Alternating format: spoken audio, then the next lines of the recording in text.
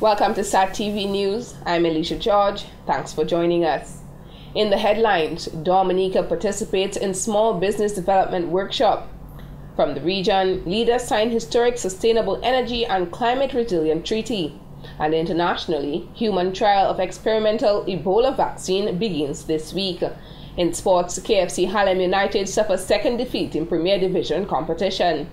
Details of these and other stories will follow. Welcome back. A Small Business Development Center (CBDC) workshop focused on promoting growth, innovation, productivity, and revenue for small businesses officially began in Dominica on Monday.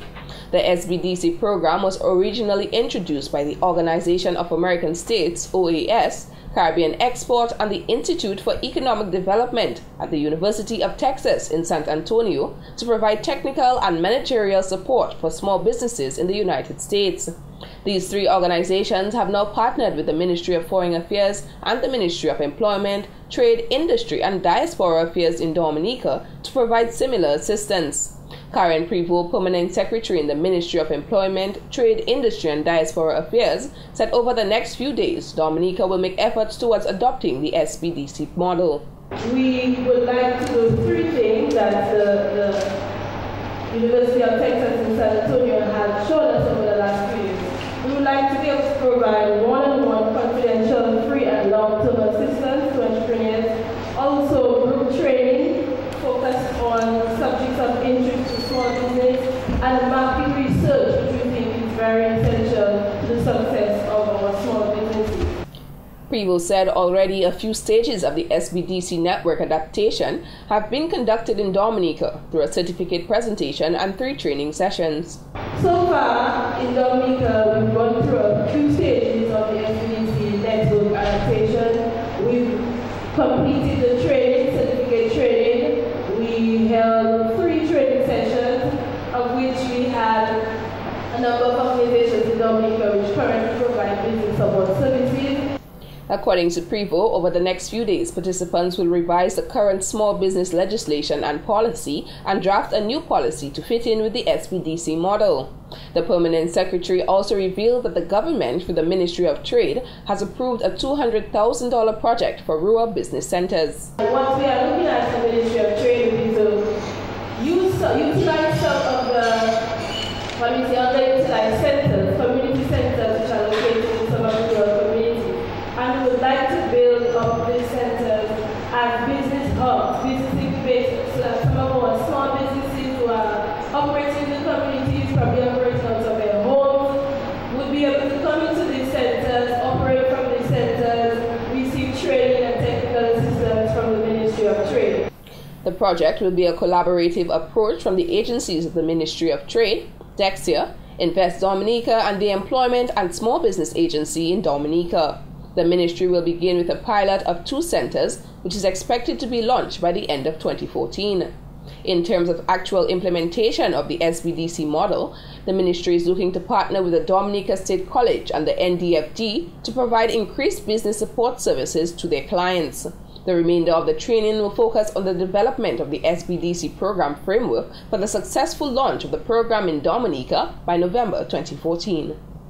Just over a year after government officials promised that work would begin on the much-talked-about Roseau River Promenade, Phase 1 of the project officially began on Monday with the mobilization of equipment. An official close to the project told SAT TV News on Tuesday that actual construction work will commence from September 8th. However, they are currently in the process of getting all equipment necessary to effectively carry out the project. The first phase of the project will see the construction of a wall from the West Bridge to the Dominica-China Friendship Bridge on the northern side of the Roseau River. Works will be carried out by George Nanton of George Trucking and Excavating Services. The project is estimated to cost EC $560,176. The Roseau River Promenade is part of the government's redevelopment plan for improving and beautifying the city of Roseau. It is being funded by the government of Dominica and Alba. Jay's Bookstore, the company supplying the Dominican community with books for a number of years, on Tuesday was on the giving end, making cash donations amounting to 30,000 EC dollars. Checks were presented to the Education Trust Fund, ETF, the Private Sector for Health Foundation, and the Grotto Home for the Homeless by Managing Director of Jay's Bookstore, John Lewis. We've been making contributions to the Education Trust Fund from day one. I think 1981 it is, from 1981. And our first contribution was $50. And God has been good, so we can make a donation of $50, $1,500, $15,000 today. $15,000, which we hope will, assist some kids to get a good education, to better themselves, and to do something for their families and eventually Dominica. $15,000 was donated to the Education Trust Fund. The Private Sector for Health Foundation, of which Jay's Bookstore is a founding member, received $10,000. The foundation has been making valuable contributions towards the Princess Margaret Hospital since its inception and to a number of individuals who require health assistance. Mr. Parry Bellot has been at me, and we've been hearing in the news the good job that the Go to Home for the Aged is doing. They are building new facilities, and we thought that, again, it's a worthy cause for those persons whom we must sympathize with. And I thought that I would make a small contribution, Mr. Irish. I'm not sure how far it will go, but the best that we can do is $5,000. And we also want to donate a television, which is long in coming, to the Princess Margaret Hospital. I think they did not want it.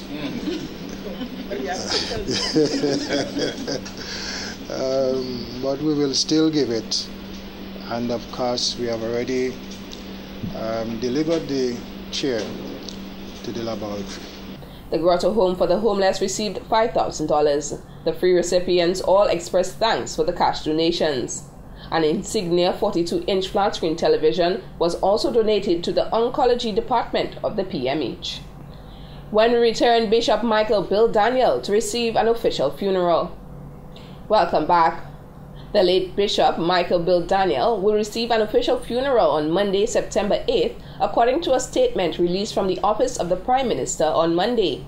Daryl Tate, government's press attaché, told SAT-TV News that the government has declared Monday, September 8th, an official day of mourning as a mark of respect for the late bishop. On that day, all flags on government buildings will be flown at half-staff as a mark of respect for the late Bishop Michael Bill Daniel, as that day is also a national day of mourning.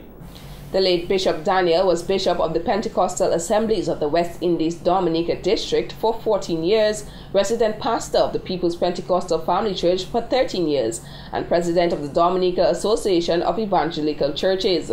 He served as the pastor of the Cochrane Pentecostal Church for 22 years and was the founder of the Shepherd's Care Social Ministry. In the field of sports, Bishop Daniel was a cricket commentator.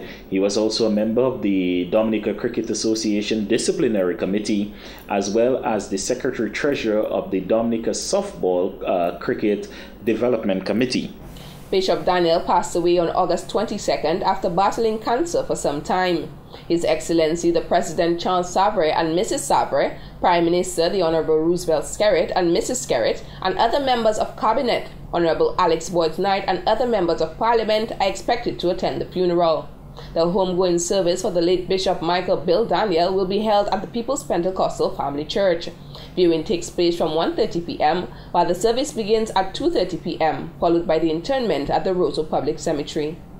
A number of students last Thursday successfully completed a steel pan training exercise organized by the Roseau Central Labour Youth Organization.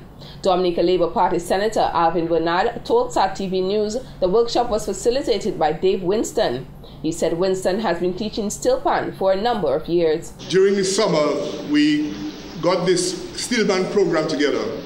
We would have hoped that we had more children, but of course, I think we ended up with, we had a few dropouts, but we ended up with about, I believe, 12 consistent participants. I think I want you to, at this moment, to give a little round of applause to those who stayed on.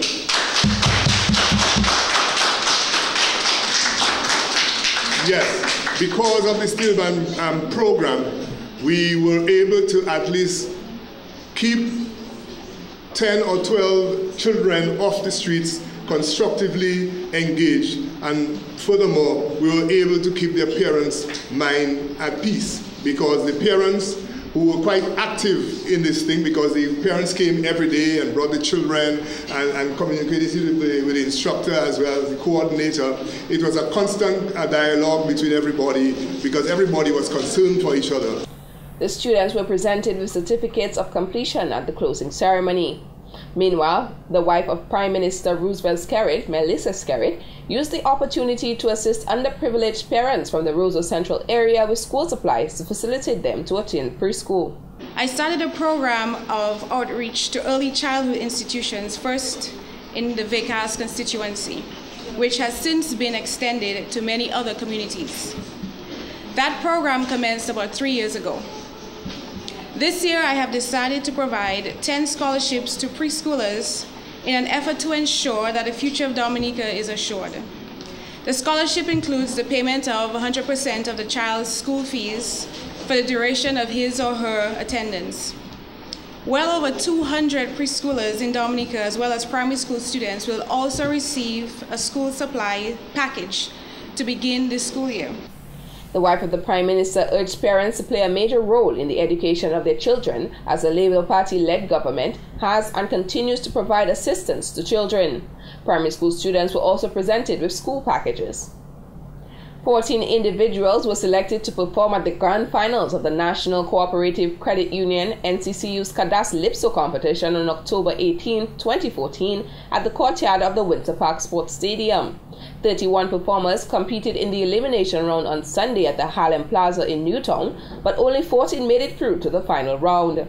These finalists will compete against defending monarch Cletus Halibut Abraham for the title Kadas Lipso King. The finalists include Emmanuel Salamat, Webster Marie, Steve Williams, Miriam Gerwig, John Mark, Cyril Henderson, Colette Ambo, Algernon Ducre, Ramadin Philip, Ellis Serra, Shirley Charles, Anton Joseph, Ian Jackson, Raymond Vigilant.